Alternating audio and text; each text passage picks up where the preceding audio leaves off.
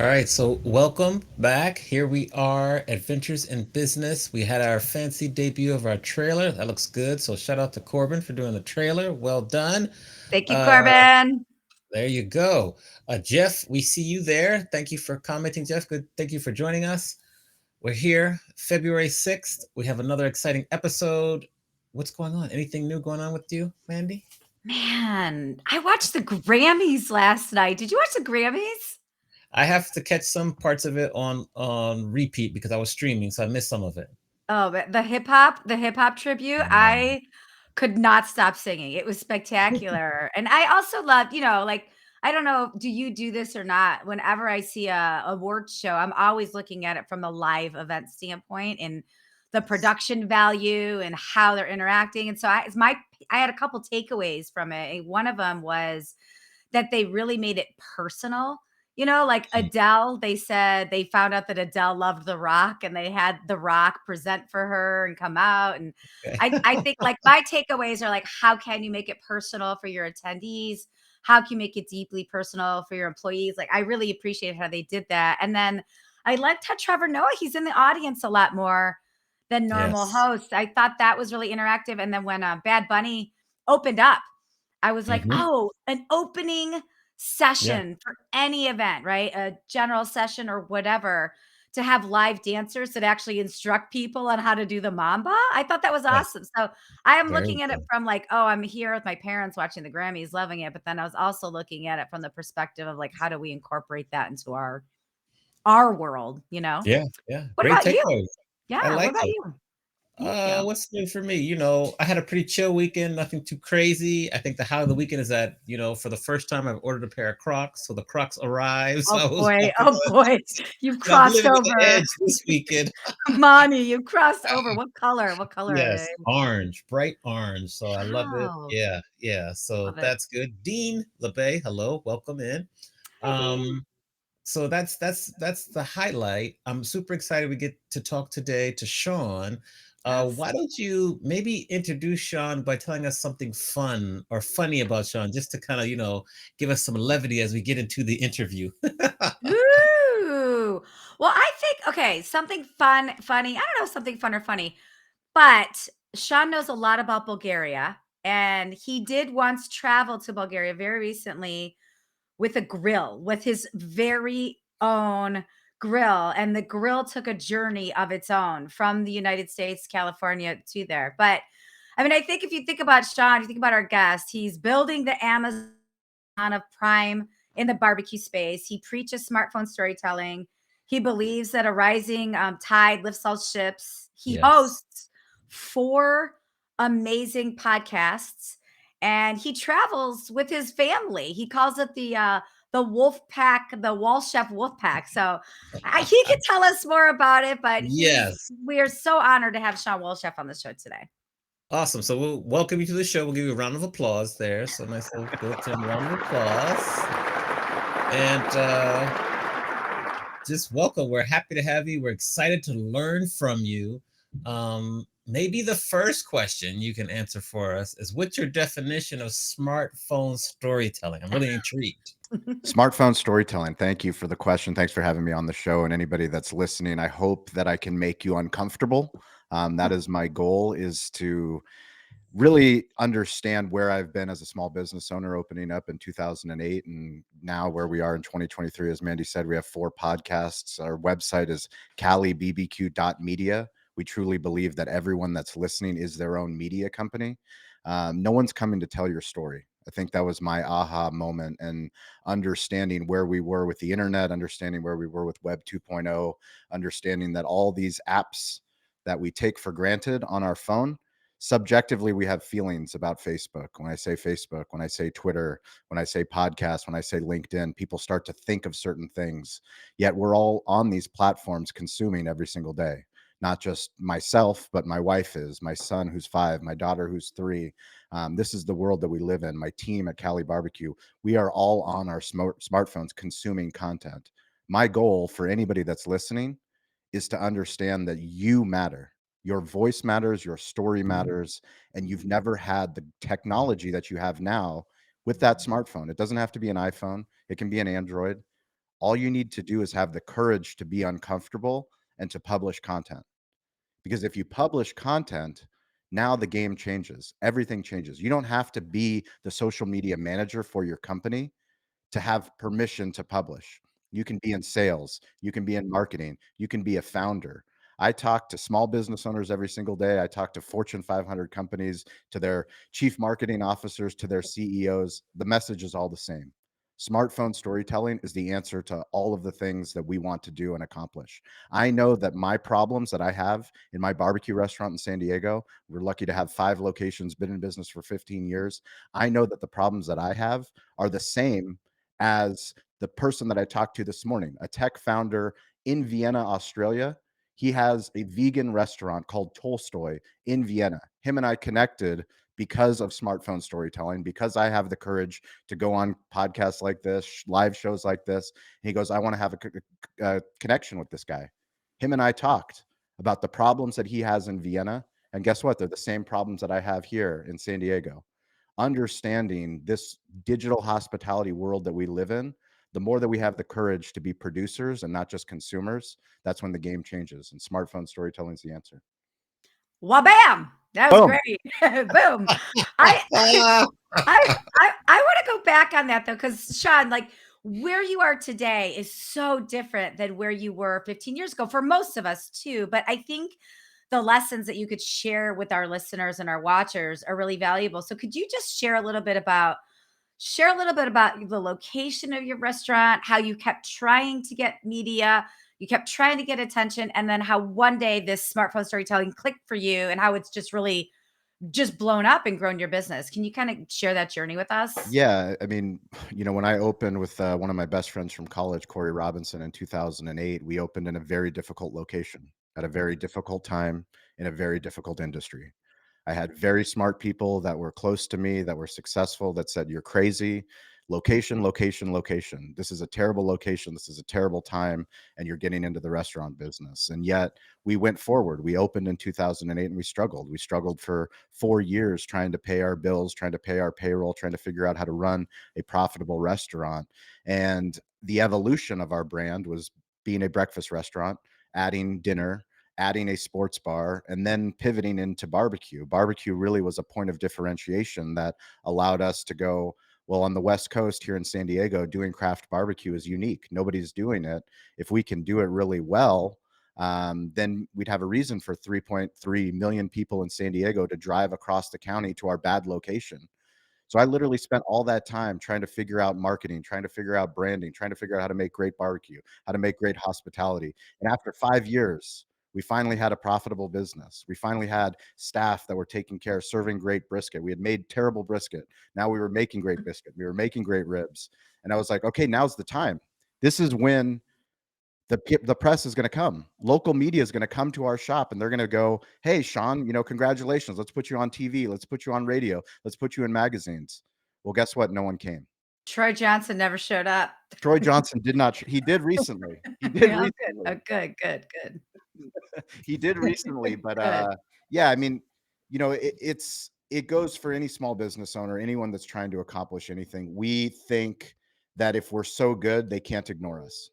Any creative, if you're an artist, if you're a musician, if you're an athlete, you expect that if I'm great on the field, if I'm great in football, somebody's going to discover me. If I'm a great musician, someone's going to discover me. Someone's going to sign me. If I'm an artist, someone's going to go, "Oh, I need your painting in my museum." Well, unfortunately, the world doesn't work like that. Mm. And we're at a place where the internet's at our fingertips. It's up to us to have the courage to be our own representation. We can't just be the talent anymore. We can't just be the entrepreneur. We have to learn the media side. We have to learn the storytelling side. We have to learn the publishing side. And the only way to learn is to be uncomfortable and to make a bunch of bad videos, make a bunch of bad podcasts, make a bunch of bad writing blog posts.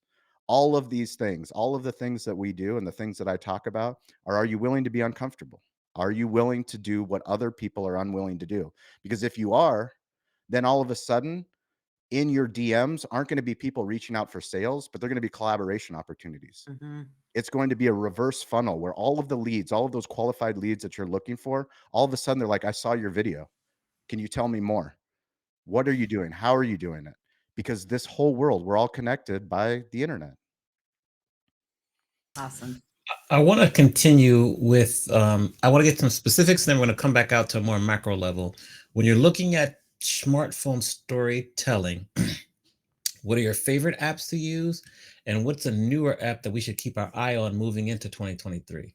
Oh, it's a great question. I'm going to give you the answer. The best app. So everybody who's watching, anyone who's listening, this is the most important app that you have to write down. It is, drum roll, the camera app. The I, camera app is the most important app that is on every single smartphone. Why is the camera app important? Because not only does it take photos, it does what the internet wants at scale right now. It's video, short form video. Video will give you a photo. Video will give you audio. Video will give you, you can transcribe it and get written word. Video is the answer to the internet. That's why Instagram Reels, they put so much focus on video. That's why TikTok's so popular. That's why YouTube Shorts is a thing. That's why Facebook Reels is a thing. Video is what the internet wants. Anyone that's a podcaster, if you're listening and you're not doing video, you have to add video as a component. YouTube is one of the biggest, if not the biggest platforms for video. But people are listening to podcasts. We can't discriminate how people get our content. It goes back to the same thing that we feel about barbecue. We can't discriminate how people get our barbecue. We can't force people to drive all over San Diego County for 45 minutes to wait in line for an hour to get barbecue. We are now opening up small locations to get more barbecue to more people. We need to get more stories to more people by being on as many platforms as possible. Mm. And then the follow up to that is, how do you advise people to get through the discomfort of appearing on camera? That seems to be the one thing that holds people back is, I hate the way my voice sounds, or I don't like the way I look on camera. What advice do you have for people who are out there, they're listening to you like, okay, I hear what you're saying, Shawn, but I don't like the way I look or I sound on camera or video? My advice is anybody that you follow, whoever you admire in your industry, whoever you respect, and when you see their content, you're excited, you want to share it, you want to save it, you want to learn from it, go back on their feed to the first post that they made. Mm. Go back to the first post they made. I guarantee you it looks nothing like it looks now. Mm-hmm. Your favorite creator, your favorite entrepreneur, they've all failed. They're just willing to fail faster and fail more and fail for longer. Because Yeah. the answer to the internet is we all want to put out quality content. That is our ego getting in the way of what we think we want our business to look like, what we think our personal brand should look like on the internet. The problem is quality doesn't happen with your first post. Doesn't happen with your second, doesn't happen with your 100th post. Quality takes time. The answer to the internet, the answer that I tell people all the time, it's quantity plus speed plus consistency equals quality. We want quality first, but it doesn't happen until you put out a lot of bad videos, a lot of bad podcasts, a lot of bad blogs, until you're willing to try on all these different platforms and then look back at the data and go, well, what worked? What do I like? But the problem is we let our ego get in the way and we go, well, nobody listened to my video. No one engaged. No, there were no viewers. I have no subscribers. You've got to get over that. Who cares? It's a blank canvas. Are your friends going to make fun of you? 100%. Your friends will make fun of you the first time that you do a selfie video where you start talking to the camera. You go, hey, I'm Shawn. I'm got to do barbecue. Come down to my barbecue restaurant, or I'm opening up my toast equipment, which is our point of sale technology. The first time that you do that, people that follow you, they're going to go, who do you think you are? You think you're a YouTube Instagrammer? You think you're Mm-hmm. some Yeah. influencer? Mm-hmm. And they're going to make fun of you. But that's their insecurities, because Yes. those same people that make fun of you now, in 3 years, after you've been Mm. making content for 3 years, they're going to go, hey, Amani, I see what you're doing with the podcast. I see what you're doing on LinkedIn Live. I think maybe I should do it for my business. Oh, why? Because the internet's not going anywhere. Mm-hmm. None of Yeah. this stuff is changing. It's Yeah. only getting more complicated. And the only way you learn is by being uncomfortable. Yes. What's the quote where they say, I have to look it up. I'll look it up, but it's talking about how you have to be in the arena. Like, don't listen to anyone else besides people who are in the arena with you. Is kind of what you were referring to Mm-hmm. exactly there. I'm Yep. gonna look up the quote. I'm gonna turn it to Mandy while I look up the quote. Well, I want to make a quick comment and then I have a question. I experience this a lot too, where I And Shawn, I agree with you 100%. I believe you have to. People want to see your most authentic self, and sometimes your most authentic self is a really crappy video. But at Yeah. least you're making a crappy video is better than no video. So I totally am on that train with you 100%. What do you say? So I have two. I lied. I have two questions. The first question is like, what do you say to the marketing departments and the CMOs out there who are insane? And I know a lot of them too. And I used to be one of them. I'm not this person anymore, but who say like it has to be perfectly branded. It has to have our right PMS colors. It has to have the right talking point, where they are so in their own way that they can't get out of it. And as a result, they're just not engaging with where people are at. Like, what do you say to that person who's really stuck in that rigid lane? How do you get that CMO, that, marketing specialist out of that mindset? It's a great question. I think the easiest way to answer it is, do you watch commercials? Like, do you enjoy watching commercials? And I'm not Yeah. talking about the Super Bowl commercials. Yeah. I'm talking about when you go home and you record content or you watch live TV, do you enjoy watching commercials? Mhm. Because if you do, then you're part of the sick percent that is the creative, that likes advertising, that wants to know what are they doing. But chances are you're not getting discovery through those commercials. Mhm. The answer is be the show, not the commercial. My Boom. 5-year-old son and my 3-year-old daughter, they know how to hit skip on YouTube when their content gets interrupted. Mhm. They don't want to see a commercial. Like, they have no desire. I have no desire to waste my time. I like watching commercials from the advertising standpoint, from the creative standpoint. What are they doing? Because they're spending an ungodly amount of money on these commercials. But so many times we want to have a perfectly curated Instagram feed. Like, when someone comes to our Instagram page, what is this going to look like for my restaurant? And if you have multiple restaurants, it's even harder to get somebody to truly post content of what's happening in the restaurant. The brands that I admire the most when you talk about authentic self, it's your digital heartbeat. If I go onto your Instagram, if I go onto your TikTok, if I go onto your Facebook, if I go onto your website, is it up to date? When was the last time you posted something? Because that's Mhm. going to tell me everything I need to know about how much you care digitally as well as you care about your physical store. Mhm. So much of what people do is worrying about putting on a fake photo, like a fake picture. I mean, think about all of the restaurants, the McDonald's, the Burger Kings, you name it, somebody that spends tens of millions of dollars on these commercials. That's not what the hamburger looks like when you go to the shop. We know Mhm. that. It doesn't Yeah. look like that. Yeah. Stock images be gone. Yeah. Stock Yeah. images definitely be gone. Yeah. Yeah. Good job there. So I got to shout out Hildy is in the audience. So thank you for Oh, tuning in, Hildy's in the Hildy. house. Hey, Hildy. We Yes. love Hildy. Yes. Um, Yes.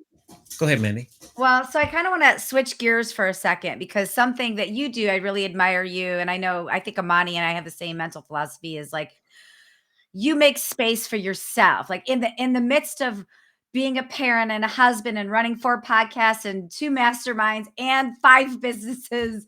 You still somehow manage to make time for yourself. So can you just share a little bit about your philosophy of self-care and your sunrise gratitude? Share a little bit about that and how that plays into your overall success as a human.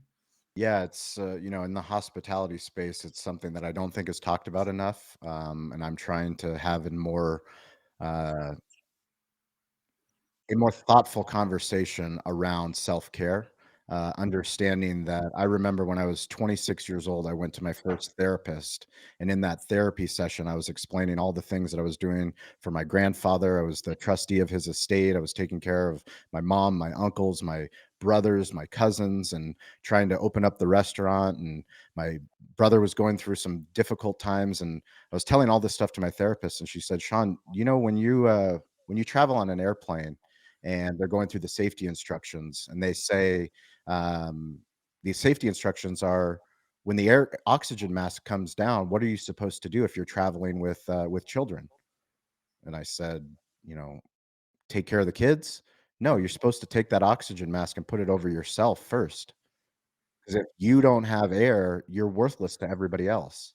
Mhm. And I'll always remember that, because I didn't have a wife and I didn't have kids at the time. And yet that was such a powerful analogy of understanding, like, I'm responsible for me. So if I'm burning the candle on both ends, especially in the hospitality space, staying up late and working 7 days a week and 14-hour shifts. How am I supposed to be good to my team? How am I supposed to be good as a husband? How am I supposed to be good as a father? How am I supposed to be good as a friend? I Mhm. can't be because I'm burnt out, and it was a big revelation for me as somebody that, always I have this Mamba mentality raised by my Bulgarian grandfather of understanding that hard work is the answer and the consistent, persistent pursuit of my potential, but also understanding if I don't take care of myself, if I don't have a daily practice of focusing on what makes me better in mind, body, and spirit, then I'll fail. And, about 3 years ago, I started my sunrise gratitude practice where I'm up before sunrise. I'm up before 4 a.m. I spend time reading because that's the time where I can actually proactively take care of the things that I can do to level up my brain and my philosophy. I spend time exercising, sweating, actually doing some good sweating. And then I spend time going outside. And that going outside is time that I get to listen to my music and be with my thoughts. And when I get back home and my wife wakes up and my kids wake up, then I can start my day. But that's my time. That's my protected 3 hours of time that I have every single day that allows me to be a better leader. Now, what happens when you don't do I mean, I know what happens to me when I'm off sketch, like, what happens to you? Like, what happens in your world, and how many A lot days of can you go without it? I try to, if I miss a day and when I'm traveling, I try to do sunset gratitude. So I always Mm, try to take time to be adjustable because life happens and I can't expect, I can't beat myself up if I don't wake up and do my routine. But if I don't do it, a lot of the anxieties, it helps me be in the present. mm, If I don't do it, I start to worry about the past and worry about the future. And what mhm. I know is I'm exactly where I'm supposed to be. And the more that I dedicate my time in the morning to that practice, it really allows me to have some of the biggest revelations about my business, where my business is today, and where I want it to go. Love it. So we have a question from the audience. Hildy asked the question for the three of us, actually. So we'll start with Shawn and then go around and share our tips. How much time do you budget daily to social media scrolling and social media content creating? She says she's Mm, struggling with both. That's good great. question.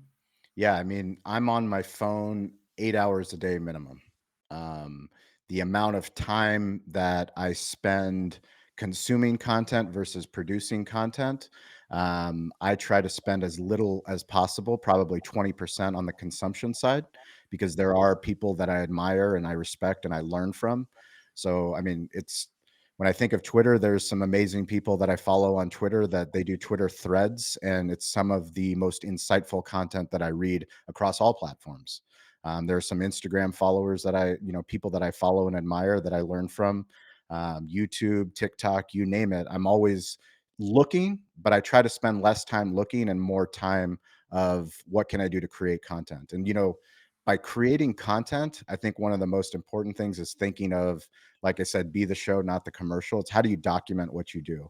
And the reason why I call it smartphone storytelling is because I don't want people, business owners, business leaders, to get caught up in all of the different tips and tricks and tactics and algorithm, all of the things that are going to prevent you from posting. Mhm. That's the problem.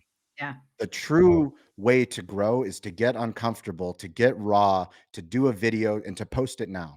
I Mhm. don't do edits. I don't do scripts for my videos. I get on the roof. I have something I want to say. I'm going to speak in Salt Lake City and for a conference of delivery professionals for 3,000 people. Please come out to Salt Lake City. We'd love to see you there. Here's the link. Come out and join us. I don't do that twice. I do it once. If I Mhm. stuttered in the video, if I said a wrong date, I'll do it again. But I get what it is. I do it and then I publish it. I don't spend time thinking about it. I don't spend time editing it.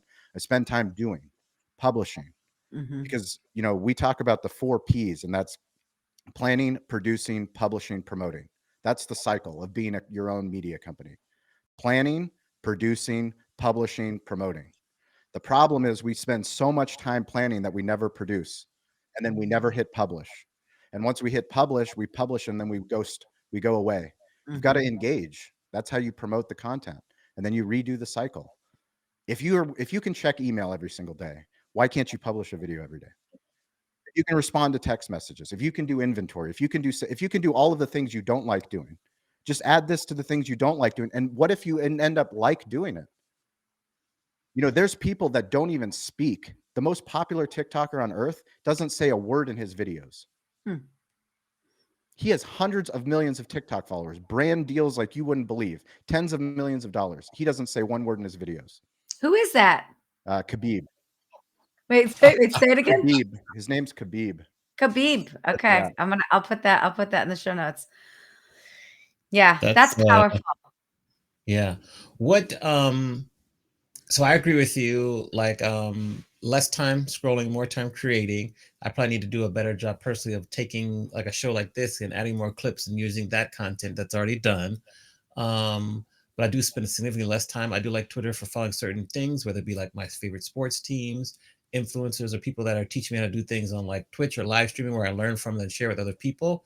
So that's kind of what I do. I have to do a better job of maybe a little more creation and using the clips. That's for me. How about for you, Mandy? I have a little system. I know you're probably all surprised I have a system, but I've got a little system.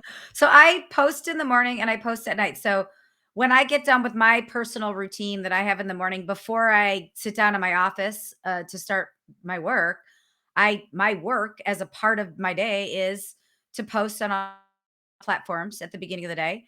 And then I always post before I shut it down at the end of the day, whatever time that might be. Now, there's always things that pop up during the day. Like I have a lot of times, like my TikTok is a little bit of a rant. So a lot of times I'll have something that happens during the day that I'll get on TikTok. But a lot of times I will also, so Hildy, for your question, in the morning and the evening. But I think the other part, and Shawn just touched on this, is the engagement. So I actually schedule an hour a day to engage on platforms. So I'll post, but if somebody on LinkedIn, if somebody's making a comment, I always comment, but I want to be in those conversations because I feel that's how you grow. And I know, Shawn, I learned that from you, quite frankly, is like, sure, you can post all you want, but you want to engage. So I actually schedule time every day, an hour every day to engage. Now, it's not always the same time every day. I just try to make sure, and it's not always a 60 minutes at one time. Sometimes it's 30 minutes here, 30 minutes there, but I try to schedule time to engage as well. But I definitely produce, publish, and engage like way more time than consume. In fact, my mom, who they just saw before the show, my mom will be like, "Did you see that post that Vicky did, or did you see that?" And I'm like, I haven't seen anything. I don't Yeah. see anything until 9 o'clock at night sometimes. But yeah, Yeah. I think we're all sort of on the same page there. Agree. So, Yeah. Sean, I know one of the topics that you speak about, and you have to correct me if I'm wrong, Mandy can help me, is you feel like everyone is their own media company. Did I properly say that right? Or is that kind of your Correct. thoughts? Yeah, absolutely. Why do you feel that's the case? And like, how do you, because I'm just thinking, like, how do you convince people that this is fact when they've been trained so much, like, oh, no, that's a different department, or that's not my business, or how do you convince people that this is, because I agree with you 100%, and this has been, it's like an uphill battle trying to convince people from the past that this is true. What are your tips, and how do you convince people that this is fact? Yeah, I mean, one of the things I'm a huge fan of Gary Vaynerchuk, and one of the things he talks about is going to the app store and just looking at the most downloaded apps. There's no more objective data that you can get than figuring out where is attention on the internet. And if you go to where the most attention is, it's the most downloaded apps. So whether that's TikTok or Facebook or Instagram or YouTube or any of these social media platforms, that's where people are. Whether we like to think about it or not, I can tell you from personal experience across all of the apps that I publish on, and I try to be on as many apps as possible, publishing video, words, audio, and images. I try to That's what internet storytelling is. It's being on those places. And back to our story is I wanted to be on legacy media. I thought that if I got our restaurant on legacy media, on the local news, on local magazines, on local radio, that it would solve all of my sales problems, all of my marketing problems. It didn't. We even got to the place where we are. I mean, this weekend, I'm going to be going on local KUSI news to talk about our Super Bowl and barbecue and tips that people can do for their house. I'm going to be on Fox 5 on Super Bowl Sunday. Those are all things that happened only once I took the power into my own hands, became my own media company, our own spokesman. Because by having the courage to be your own media company, all of a sudden, it's not just my consumers. So it's not just the people that want to buy barbecue from me. All the people that have their own business, that own an air conditioning company, a roofing company, a law firm, they all need social media too. They're all trying to figure out content. They're all trying to figure out digital marketing. They're all trying to figure out search engine optimization. They're all trying to figure out, how do I get more customers? How do I get the clients that I want? How do I get the vendors I want? How do I get the location I want? All of the answers are all in our pocket. Never and ever and before in human history, as business owners, have we had this advantage where I can literally go on LinkedIn Live and connect with restaurant owners, sales professionals, marketing professionals from all over the globe. Why? Because LinkedIn built the platform for it. It's on Spotify, it's on Apple Podcasts, it's on YouTube. Like, we don't need to go and build that technology. It's already there.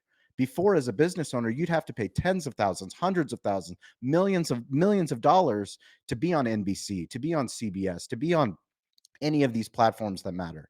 But now there's YouTubers, literally Mr. Beast with hundreds of millions of YouTubers. He has more attention on one video than all of the local networks combined, all of the local news stations. Literally, I don't care if you're in New York or if you're in San Diego, all of them combined, morning news, Mr. Beast is putting out content that will reach more people and Yeah. have a bigger impact than all of them.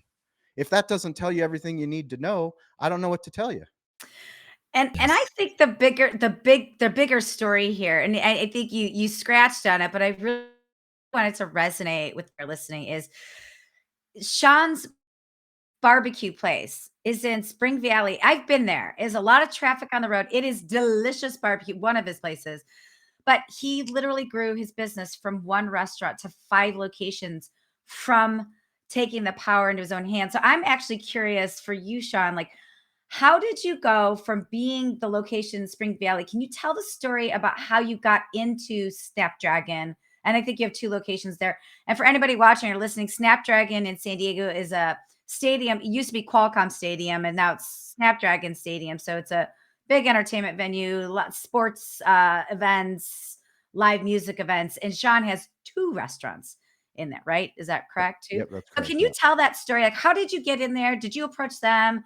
Did they approach you? And what has that experience been like for you? Yeah, I mean, the amazing thing is when you're willing to get in this marathon, this content marathon of telling your story and getting better every single day at telling your story and improving your Yelp reviews and your Google reviews and the photos about your business and the videos about your business, the more that you make a commitment to that, guess where opportunities come from? When someone comes to San Diego and they're looking at expanding and they run airports and Terminal 2 is opening up in San Diego and there's a bunch of people bidding on that project. Well, somebody that doesn't live in San Diego, they're going to look for barbecue brands that are emerging barbecue brands. Where are they going to go? They're going to go to the internet. They're Mhm. going to go to Google. They're going to go to Safari. They're going to go to YouTube. They're going to go to Yelp. They're going to go to all of the places that we've been talking about, and they're going to search for which brands are doing something that matters, Mhm. because that is the world that we live in. Mhm. So we've been reached out by Snapdragon through LinkedIn, literally through my LinkedIn DM box, where Awesome. people said, "Hey, we are opening up a brand new stadium, $35,100 million stadium in Mission Valley. And out of all of the restaurants, 3,000 restaurants in San Diego, we've selected 8. And you're one of the 8. You're one of the 8 because of the, the barbecue that you built, the reputation that you have, but also your digital footprint and what you do in the community, because we can see what you do. We don't have to go and ask you. It's there. Google our restaurant. Google Mhm. Cali Barbecue and go through, what's there for news articles, what's there for videos, what's there for images, where do you show up? It tells you everything that you need to know about who we are and what we're building. We're building in public. That's the advantage of being a media company, is that you get to build in public and connect in public. So no matter who you are, no matter what you do, you will find your tribe if you're willing to be uncomfortable, if you're willing to publish content, and if you're willing to understand that you're not alone. No matter what, no matter, I don't care what you're building, you're not alone. There's Yeah. somebody else on earth, if not tens of people, hundreds of people, thousands of people, that will buy your course, sign up for what you're selling, and be a part of your tribe if you're willing to do the uncomfortable work of publishing. Yeah. So for all of you listening, I mean, we're on LinkedIn right now.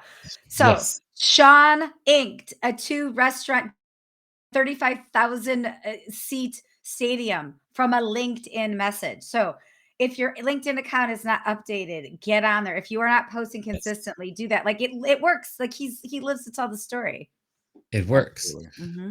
I want to kind of go back to when you first came out, University of San Diego. I think it was mid 2000s, and I love asking this question. Manny knows what's coming, but I would love to get reflections. Like if you were going to talk to Shawn, 2006, compare to if the Shawn of 2023 is going to talk to the Shawn of 2006, what advice would you give your younger self based on what you've learned so far? Trust your gut. Mm. Understanding that whatever my curiosity is going to lead me to, my curiosity is right and it's Mm, wrong. So mm, even when I'm wrong, I need to continue to stay curious. I need to continue to get involved and I need to continue to ask for help. Because when I graduated from sociology school at the University of San Diego, I thought I was going to be an attorney to make my grandfather happy. I mm, applied to all 3 law schools here in San Diego and I was rejected by all 3 of them.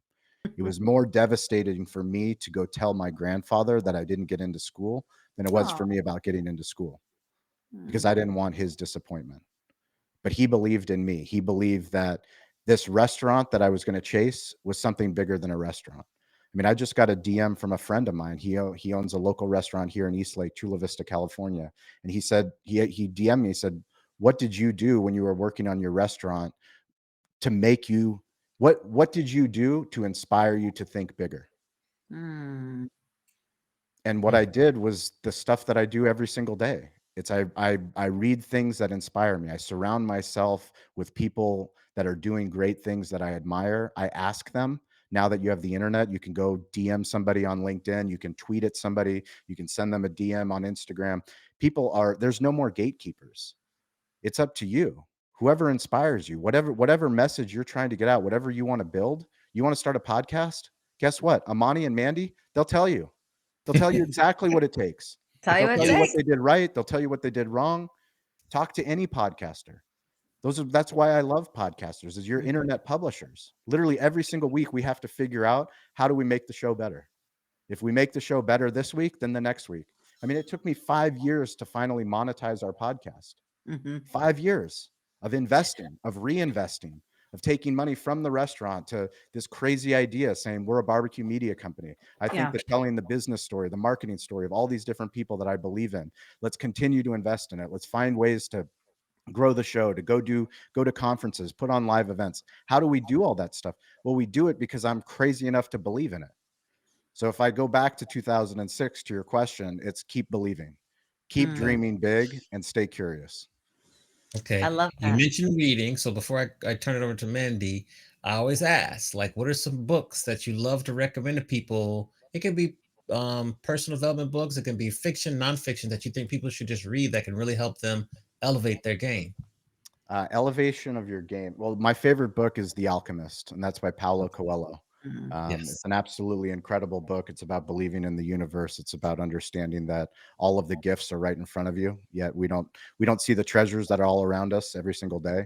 And it's to dream big dreams, to understand that we're all on a big journey. And whatever you think you're doing, I was fortunate to interview Chris Do, who's an incredible creative. He has 2 million followers on YouTube. He teaches creatives how to make money. He's somebody that I've been following for a while, but I interviewed him for Restaurant Influencers, our show on Entrepreneur, and I was just talking to him about the creative process, understanding the creative process and what are the things that make somebody stand out, what makes somebody have to make money. In order to make money doing the things that we love, we have to be willing to be uncomfortable. I mean, so much of the things of the people that I admire and I respect is that they're just willing to be uncomfortable. They're willing to fail. How many times are you willing to fail? The Kobe Bryants of the world, the Michael Jordans, the Tom Brady's, they're the greatest of all time, but we don't talk about all the times they failed. Hmm. No. We Yeah. Yeah. celebrate all the successes. You got to hang around people that are willing to fall down and look stupid, sound stupid, because those are the people that will continue to level up. And then you look back and you go, "Wow, look at where Mm. you've come." Well, Yes. yeah, go back and llisten to the first podcast. Right. It was Right. terrible. Yes. Great answer. Great answer. Thank you. Go ahead, Mandy.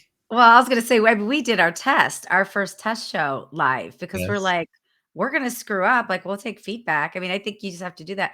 But I want to ask you, I have a couple of questions unrelated to each other, but Shawn, so for people out there that have a podcast, but they don't know how to monetize it, or people out there that are like, whoa, Entrepreneur Magazine sponsors one of Shawn's podcasts, or how do people go from having a podcast to having Entrepreneur want to partner with them? Or how did you do that? Or what are a couple steps you recommend people monetize?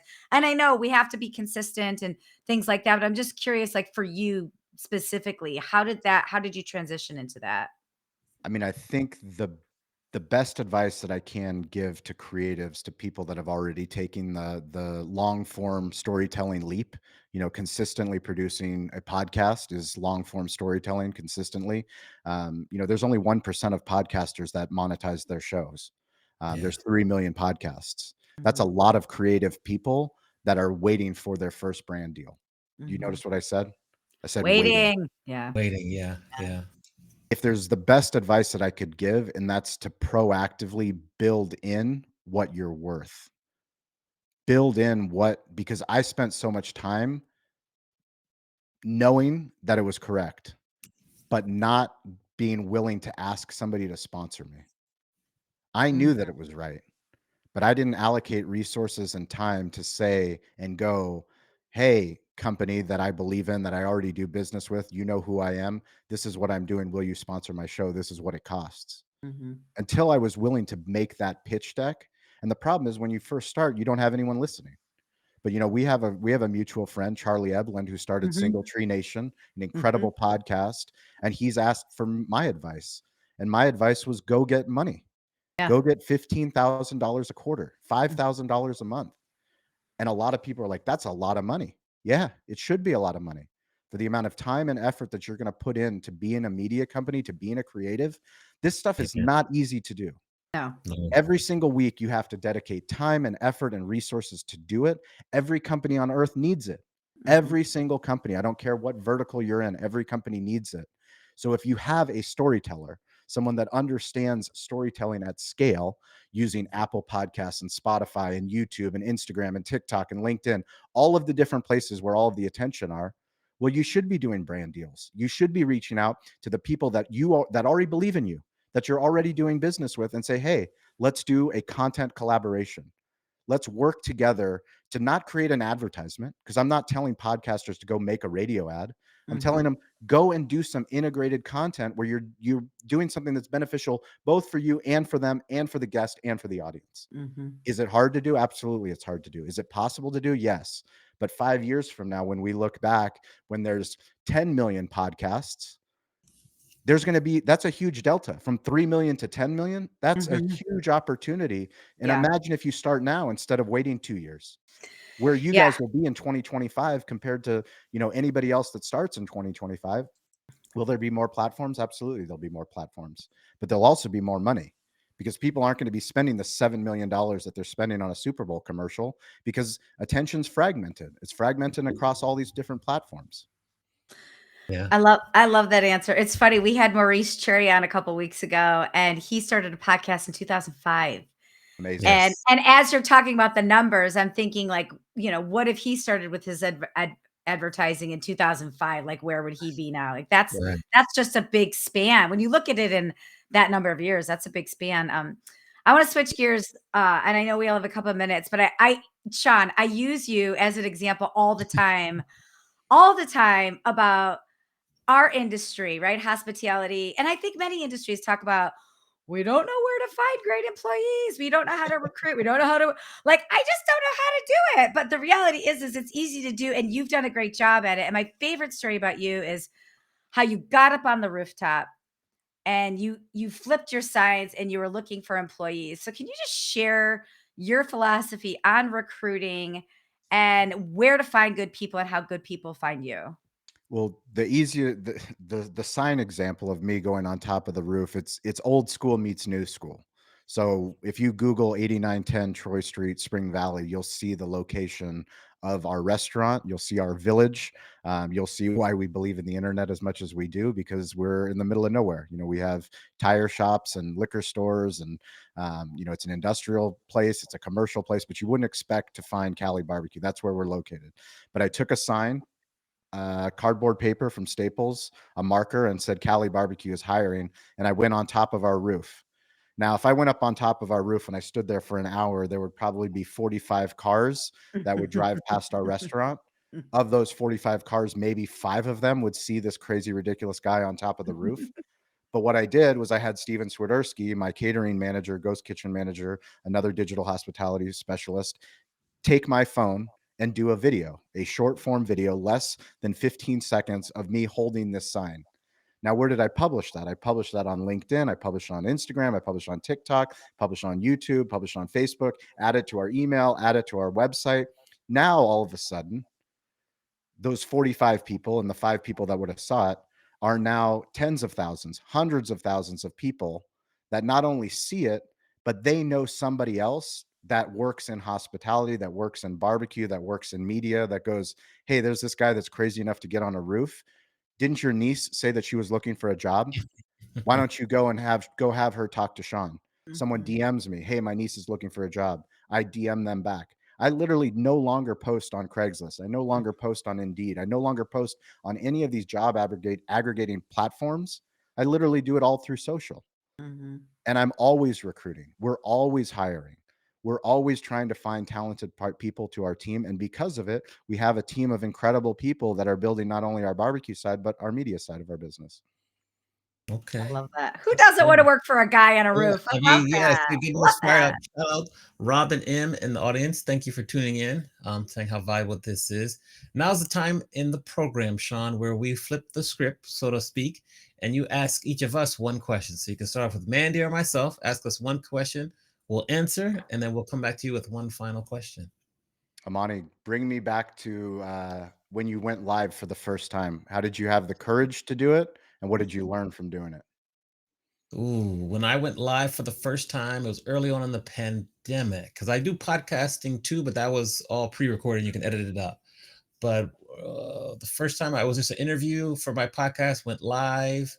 It was okay. It wasn't the best or whatever. I would say what I've learned from it is just kind of what you said, like repetition will win. You can't learn it all at once. Like what we're doing now, we're using like OBS, open broadcasting software. We got all these other monitors and these like stream decks and all this. Like that takes a while to learn to get to. And only through practice and a lot of research can you add to it. But I would say just start with what you have, whether it's a iPhone camera, a webcam, whatever. Now I have like a Sony camera that really works well, and just build on top of it. Like you're building a great foundation. You're learning what works, adding things here and there, and you can have like a legit like television looking production once you learn a few things. You keep practicing, keep learning, and just if you're open to feedback, it can get even better. It doesn't take that long. Like this is what we're doing now is probably about 2.5 years of just practice and learning, and we've come so far in such a short period of time. So that's how I would answer that question. Mandy, what did you learn when you discovered that you were your own media company? Ooh. I mean, what did I learn? I Oh just boy, learned the sky we have to get you. learned. I There think we we got to go. get you to answer again. So go ahead, because it was kind of a little choppy. So start. I'll start from the Oh, beginning and then go. Start from the okay. beginning and go again. Okay. Start from the very beginning. Okay. I learned I learned that the sky's the limit, that there are no limits and that you can expand your business in any way you want. And I also learned that people like it when you screw up, not in a malicious way, but you're more endearing to people when you're just more real and honest. Like some of, you know, when I, launched my book, some of the hits that I got more were the ones where I was just making mistakes, and people love that. And I loved it too cuz then I'm like I don't have to be recording this all day. Like you said, I could do one 15-minute record. My hair may be in the wrong place. There might be lipstick on my teeth. Fine. It's fine. Those were the things that people really were interested in seeing. And that's when I got more engagement, was when I was just truly more myself. That's Yeah. awesome. Hmm. Yeah. Amazing. I think for my final question for you, Shawn, it would really be like, what's next for you? Where do you like see yourself going in terms of professionally, both inside the restaurant, but also I'm really intrigued in terms of your speaking career and how you want that to grow. Like, what's next when you think about the future? Yeah, I think it's a really exciting time for our barbecue business and our media business. We've, really combined both of those. We're building a master media center and smokehouse, so transforming our full service restaurant into a media center and barbecue production facility, which will live stream on TikTok and Twitch and YouTube, all of the things, like truly an open kitchen. So that at Mhm. any point somebody can just go on the internet and see what's happening in the barbecue facility, how the ribs are made, how the brisket's made, and they can order, eventually get to a point where you can drop ship order no matter where you are on earth, to say, hey, that's interesting to me. I'd love to try some tri-tip. I've heard about California tri-tip. I'd love to get one for Thanksgiving. And then they're able to order it. And whether it's through Goldbelly or Uber Eats, that's how it gets shipped. On the media side, I think, working with a couple other collaborators, Restaurant Idea Factory is something that's our newest show. I'm doing that with Kyle Jensen and, Kyle and Sarah and Jensen Cummings.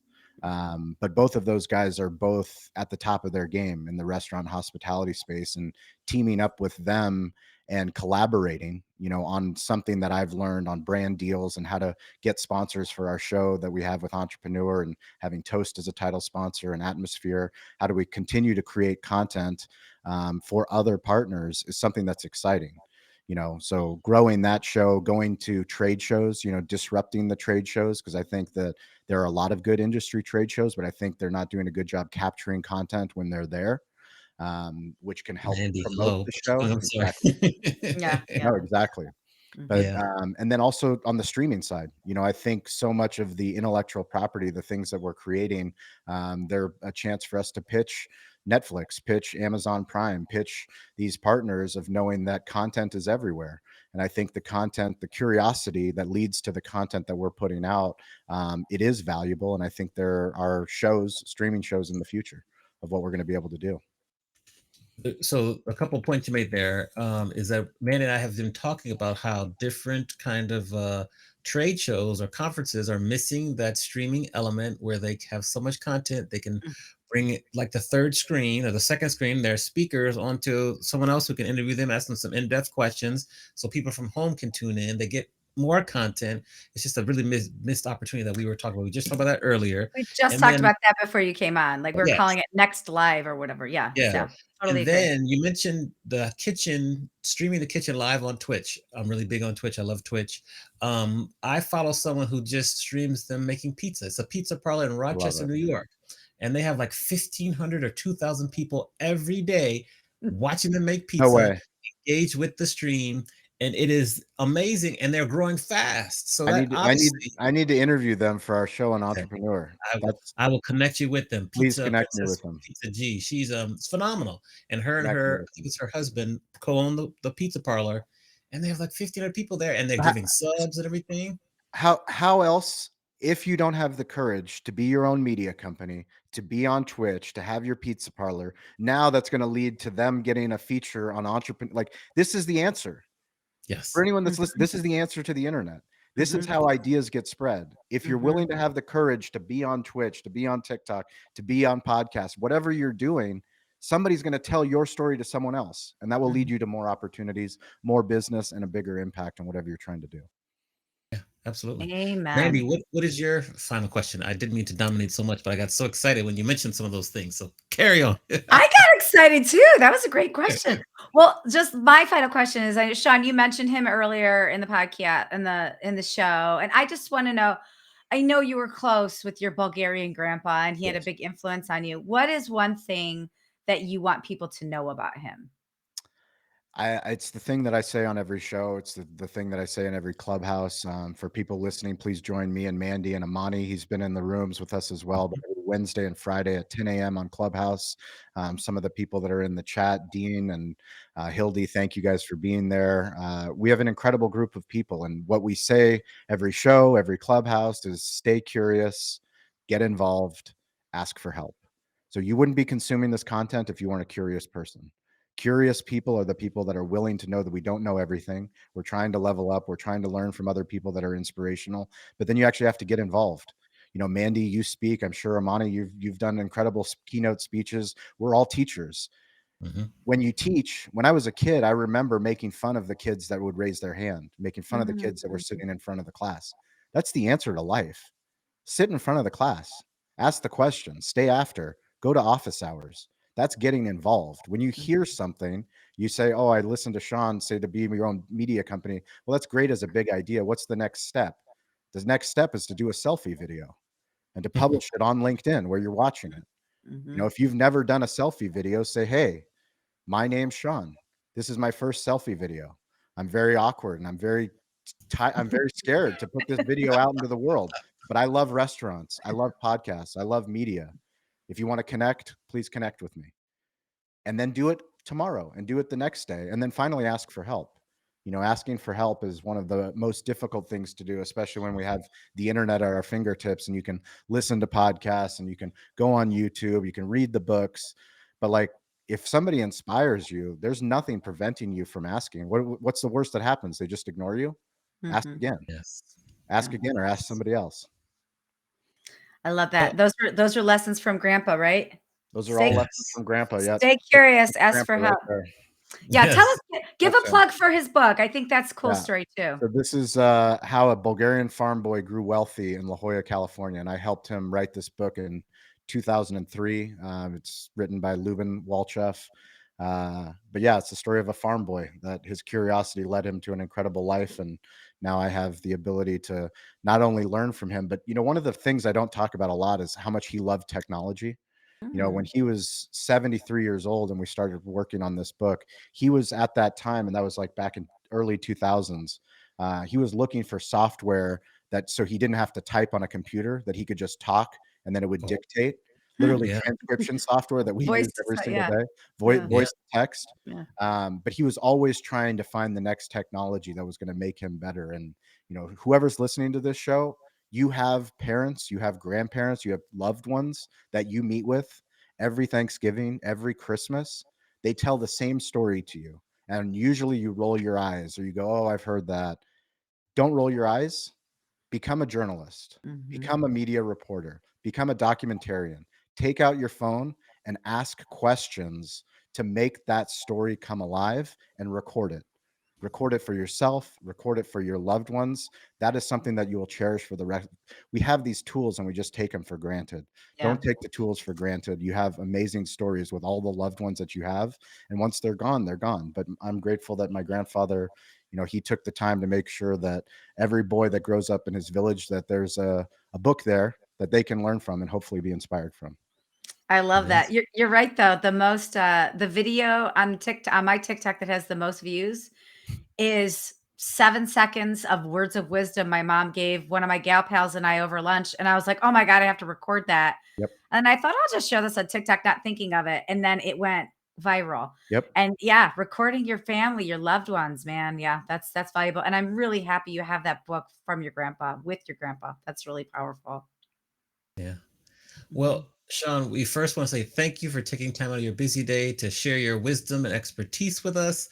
I mean, this has been a very quick 1 hour masterclass. I definitely have adopted some things that I'm going to definitely implement in terms of my daily media creation strategy. I'm sure Manny has as well. I look forward to meeting you in person one day too, because you're Absolutely. close. And I'll let Manny take us home. We have your Instagram there so people can follow you.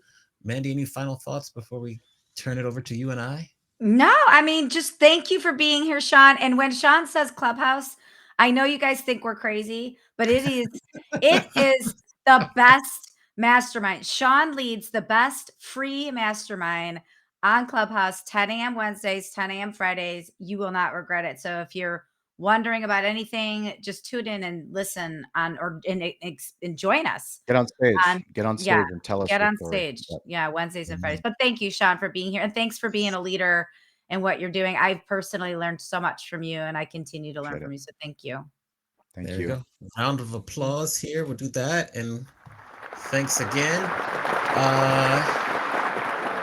Okay, so while Shawn is back in the green room, Mandy, when are we coming back again? I think in 2 weeks, right? In 2 weeks, I knew you were just going to ask me, and I It's didn't write it 2 or 3 weeks. down. I think it's 2 or 3 weeks. We'll let you It's 2 know or on 3 LinkedIn weeks. when we're Yeah. back. I think it's 3 weeks. And just another amazing show. So we definitely have to rewatch this, watch the different clips that we share, and just awesome. Just great job. Yeah, and if you know of a founder or a CEO or a business owner that you adore, an entrepreneur or even an intrapreneur, somebody that works for a corporation but has an entrepreneurial mindset, send them our way. We love great guests and we love expanding our horizons. So if you have a guest idea, send it our way too. Absolutely. Good afternoon, Carolyn Harris. Thank you for joining us. Everyone, please enjoy this week, the rest of this week. Stay safe. We'll see you in a few weeks. Thank you very much for tuning in, and we will see you soon. Bye, See you everyone. soon. Bye. Thank you. Okay, I think we're good. Let's see here. You can check LinkedIn. I think we're good. I have it here. We're All good. right, I Shawn. ended the stream. That was good. Okay. Shawn, that was awesome. It's going to be really